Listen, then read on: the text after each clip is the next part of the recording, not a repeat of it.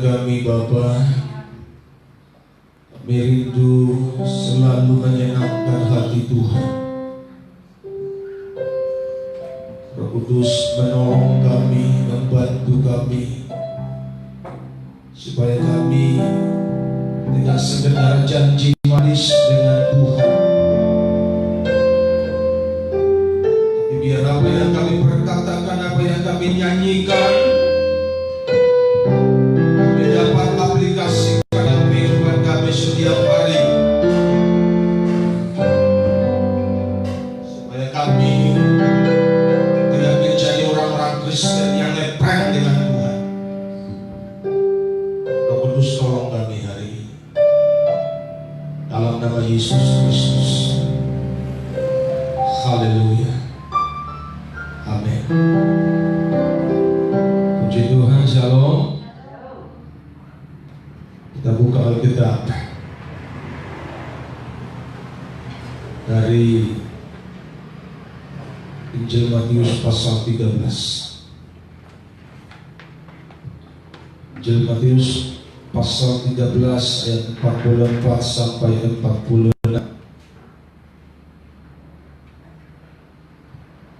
Hal kerajaan surga itu seumpama harta yang terpendam di ladang yang ditemukan orang, lalu dipendamkannya lagi. Oleh sebab sukacitanya, pergilah ia menjual seluruh miliknya, lalu membeli ladang itu. Demikian pula kerajaan surga itu seumpama seorang pedagang yang mencari mutiara yang indah. Setelah ditemukannya mutiara yang sangat berharga, ia pun pergi menjual seluruh miliknya, lalu membeli mutiara itu. Puji Tuhan. Yang berbahagia adalah mereka yang mendengar firman Tuhan dan yang melakukannya dalam kehidupan mereka hari lepas hari. Yang percaya bersama katakan amin.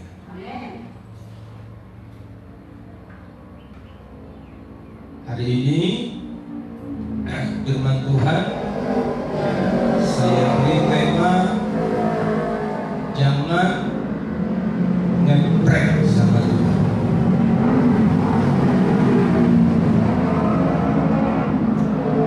Mungkin bagi saudara, bagi ibu-ibu pengopung, ini hal yang baru, tidak dimengerti apa itu ngeprank. Saudara yang punya Android, saudara bisa buka Google apa itu ngeprank, supaya tidak ketinggalan zaman. Betul nggak? Ngeprank itu artinya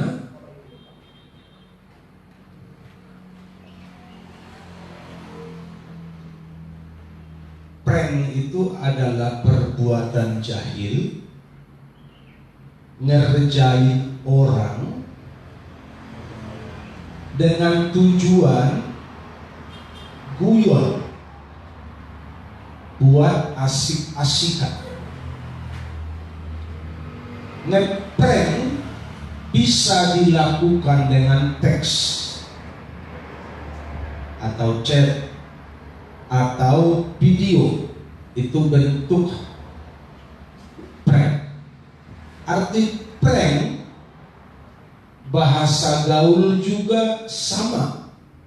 Intinya ngerjain orang dengan tujuan hiburan semata. Jadi ngerjain orang dengan tujuan hiburan semata. Kita ganti orangnya dengan Tuhan. Jadi kalau ngeprank sama Tuhan itu intinya ngerjain Tuhan dengan tujuan apa? Dengan tujuan hiburan semata. Makanya orang Kristen yang nyanyi supaya terhibur semata, tapi kasihnya kepada Tuhan perlu dipertanyakan. Yang mengerti katakan amin. Haleluya. Apa itu ngeprank? Janji palsu. Aku mengasihi engkau, tapi ngeprank. Artinya cuma jahilin Tuhan, mem-PHP-in Tuhan. Kira-kira kalau begitu bisa jadi orang pacaran kan? Mem-PHP-in Tuhan. Oh sembah Kau Tuhan, ku mengangkat tanganku, selamanya Kau hebat bagiku. Pulang dari gereja lemas-lemas, kayak orang gak punya pengharapan. Mudah-mudahan di sini kalian begitu. Betul gak? Kalau kau yakin Tuhanmu hebat, engkau akan enteng menjalani hidup ini. Haleluya. Orang Tuhan kita hebat kok, tapi gayamu akan menunjukkan sikapmu kepada Tuhan. Engkau asli atau engkau sedang ngeprank sama Tuhan hari ini, menjahili Tuhan dengan PHP. Haleluya. Ku mau mengikuti kehendak-Mu ya Bapa. Mas latihan, Mas Reza, Mas Dua, baca Alkitab sekali seminggu. You sedang ngeprank sama Tuhan. Orang macam ini di neraka. Haleluya. Jadi mari kita sadar hari ini, bertuhan ini bukan sedang ngeprank, tapi ini fakta, kenyataan, realita hidup yang harus dijalani setiap hari. Haleluya. Orang boleh kita rasa, Pak lagi corona, Pak lagi virus. Kalau lagi virus ini, engkau mati, engkau gak ibadah, engkau gak cari Tuhan, engkau yang tanggung jawab dengan Tuhan. Betul pasal. Haleluya. Kalian kalau kau jujur, lebih baik mati lagi ibadah daripada tidak ibadah sama sekali. Haleluya. Orang bilang nekat masa bodoh, tapi kalau kita cinta sama Tuhan, cinta itu harus membuktikan. Betul gak? Haleluya. Jangan ngeprank dong. Orang dunia bilang Pak pakai hikmat, itu kata orang dunia. Makanya kita pakai hikmat, bikin cuci tangan, jaga jarak. Haleluya. Atau bangku, gak usah salaman, itu hikmat. Tapi kalau sampai kita tidak kepastian, itu perlu dicek.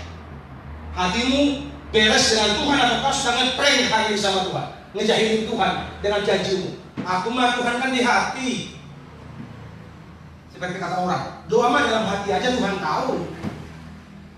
Haleluya. Kristen itu bukan sandiwara. Kita bukan sedang main film.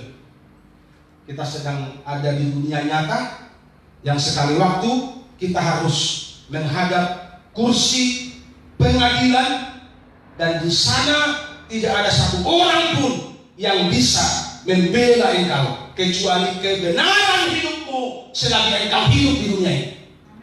Haleluya. Tidak ada yang bisa bela di sana kecuali perbuatanmu.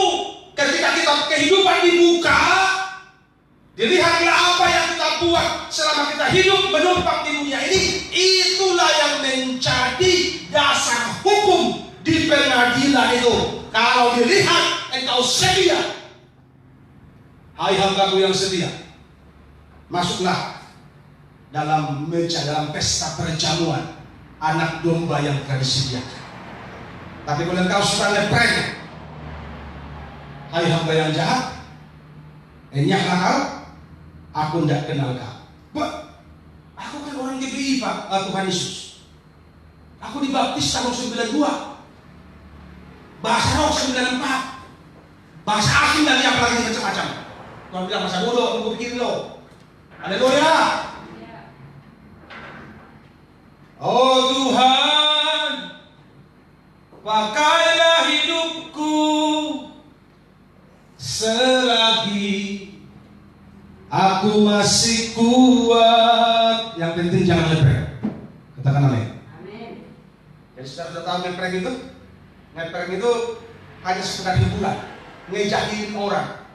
Kalau ngejahilin orang itu ngeprank sama orang. Kalau ngejahilin Tuhan, ngeprank sama Tuhan. I love you Jesus, kaulah segalanya. Tuhan bilang masa dia. Haleluya. Betulkah Tuhan segalanya bagi kita? Haleluya. Berat jawabnya.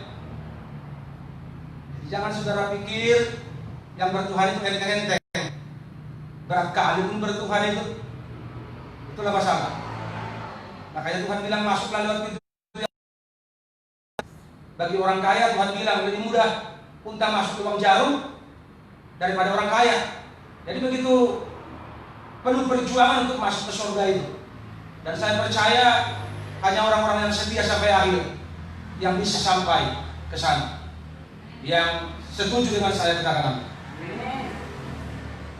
Supaya kita tidak ngeprank sama Tuhan. Yang pertama, siap bayar harga. Ini supaya tidak ngeprank. Siap bayar harga. Ayat 44, hal kerajaan surga itu seumpama harta yang terbentang di ladang yang ditemukan orang lalu lagi, sebab sukacitanya pergilah ia menjual apa? Semuanya sasudena artanai dijual, semua hartanya dijual, sawah, ladang, rumah dijual semuanya. Hanya untuk apa? Untuk membeli ladang itu.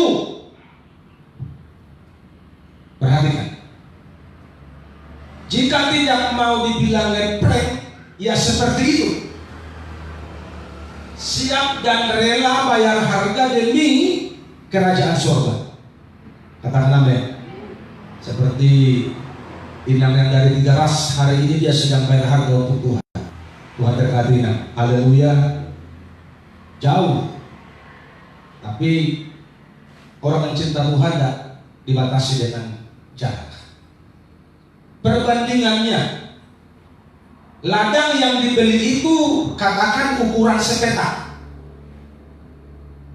tetapi di dalam sepetak ini di dalamnya ada mutiara dan orang lain nggak tahu. Yang tahu cuma dia.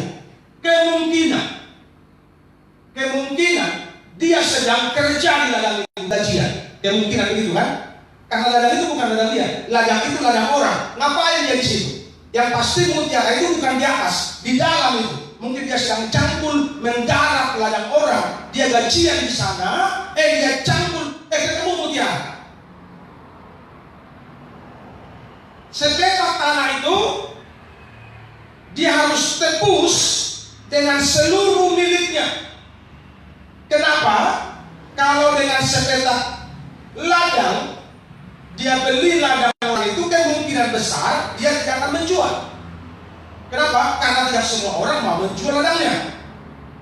Jadi bagaimana supaya orang itu mau menjual ladangnya kepada saya? Contohnya, saya harus beli dengan sangat mahal, di luar harga yang normal. Kalau misalnya sepetak harga normal 1 juta, saya harus tawar ini sepetak 5 juta supaya yang punya tergiur. Tapi dari mana saya mendapatkan uang 5 juta?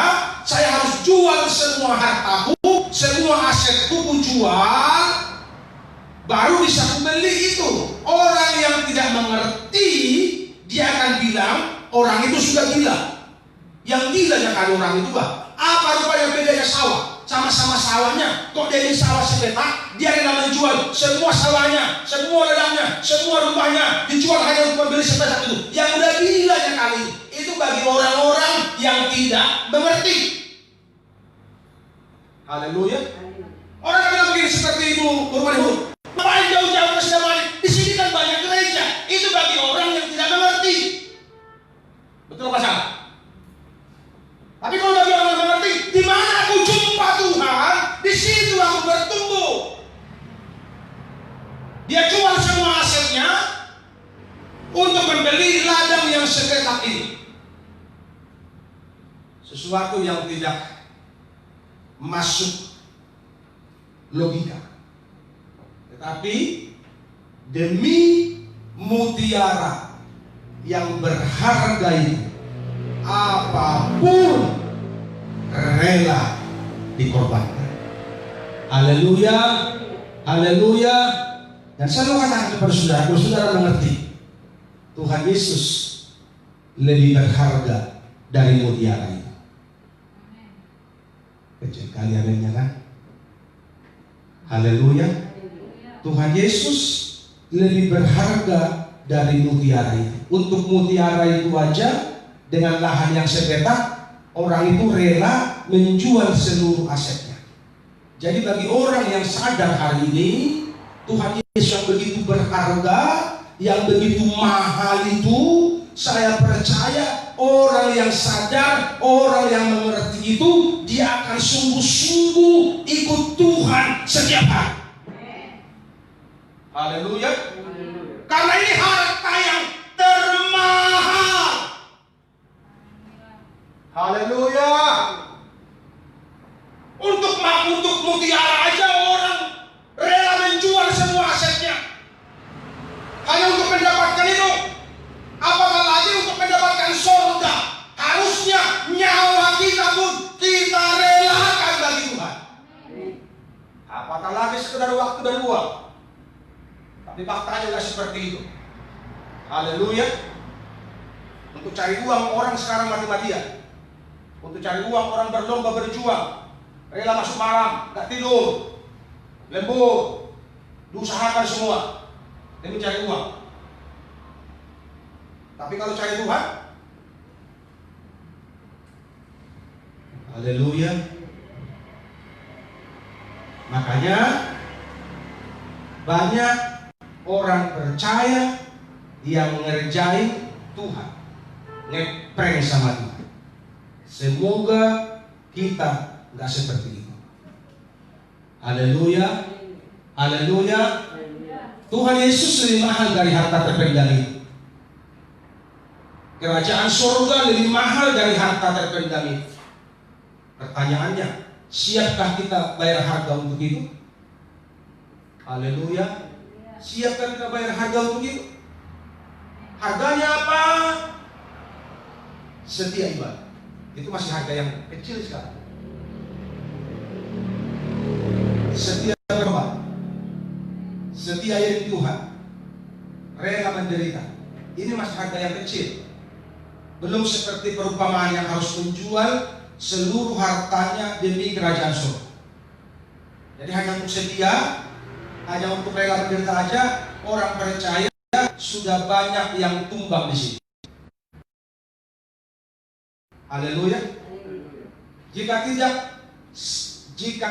tidak siap,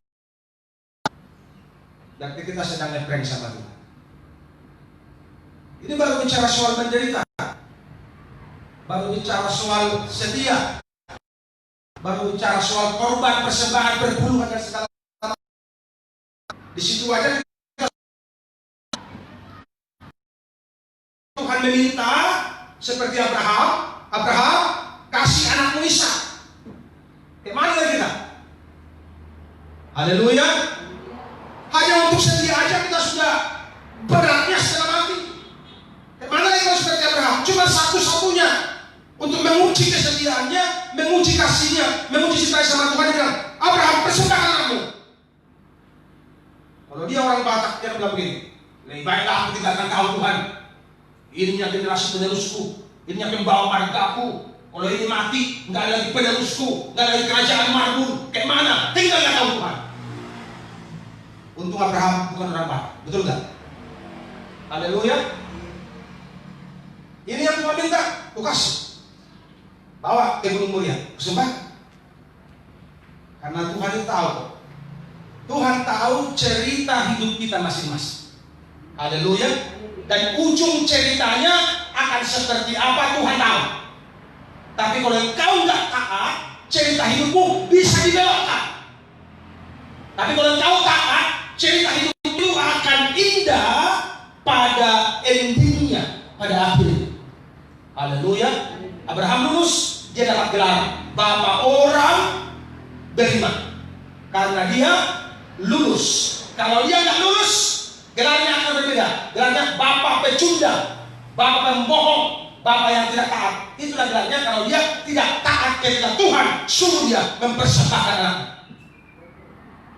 Jadi kita mau dapat gelar ngeprank sama Tuhan, atau hari ini kita mendapat gelar orang yang benar-benar cinta Tuhan. Kita yang tahu dengan Tuhan hari ini. Haleluya. Haleluya. Yang kedua,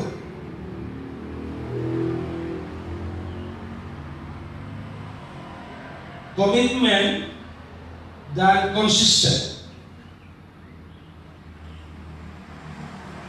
Saya akan ceritakan pelan-pelan supaya semua kita mengerti.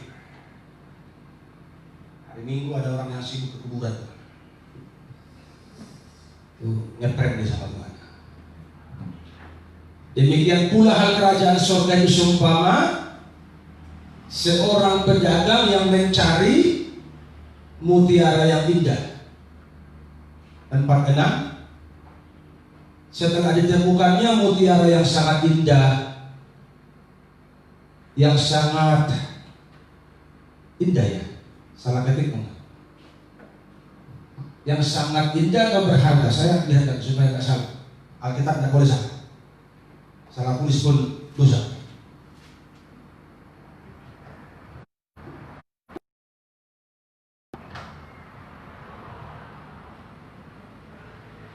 Setelah ditemukannya mutiara yang sangat berharga, jadi indahnya nggak ada. Setelah ditemukannya mutiara yang sangat berharga, ia pun pergi menjual seluruh miliknya, lalu membeli mutiara itu. Kita diumpamakan seperti pedagang. Kitalah itu arti perumpamaan itu, yang sedang mencari mutiara. Mutiara itu bahasa rohaninya kerajaan surga. Ketemu. Begitu ketemu, kalau pedagang ini dia pulang, dia jual semua hartanya dan beli mutiara. Pertanyaannya, kalau saudara yang jadi pedagang itu, apa yang akan saudara lakukan? Kan begitu.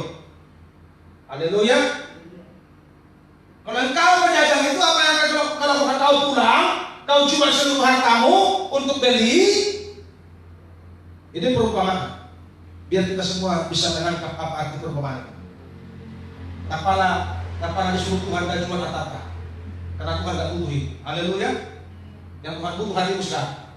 Tapi kalau hatimu hanya pada akhirnya kasih buat Tuhan, mau jadi apa? Ketemu mutiara itu, tapi harganya mahal sekali, karena dia harus menjual seluruh asetnya untuk bisa membeli mutiara. Harganya mahal sekali. Kalau orang yang tidak konsisten, dia akan bilang begini, nggak jadilah, mahal kali pun. Dia tawar bisa kurang nggak bisa. Udahlah, nggak jadilah. Itu namanya orang tidak konsisten. Mahal kali nggak jadi. Itu namanya tidak konsisten. Kalau orang yang konsisten, berapapun harganya akan kubeli. Kalau semua asetku tidak bisa membayar, aku akan cari tempat berutangan. Aku akan ngutang. Supaya apa? Supaya mutiara yang berharga ini bisa kumiliki. Itu orang yang konsisten. Jadi kalau kita janji sama Tuhan, kaulah segalanya, engkau segalanya bagiku. Kalau orang yang konsisten, apapun yang terjadi, dia akan terus cari Tuhan dengan sungguh-sungguh. Itu namanya konsisten. Haleluya. Tidak naik turun voltase imannya, itu gak konsisten. Komitmen itu janji. Saya mau cinta Yesus. Mempertahankan janji ini dibutuhkan konsisten. Supaya apa? Dalam segala keadaan janji kita tidak luntur. Apapun yang terjadi, janji kita bisa pertahankan kepada Tuhan. Pokoknya Tuhan harus nomor satu. Itu konsisten. Haleluya. Haleluya. Makanya orang Kristen sudah melakukan ngeprank duluan. Sebelum istilah ngeprank ini booming di Indonesia.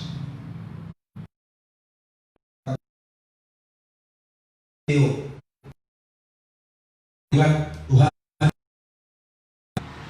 kalau aku diberkati berlimpah-limpah, aku mau 100 juta, aku mau sumbang fakir miskin 50 juta.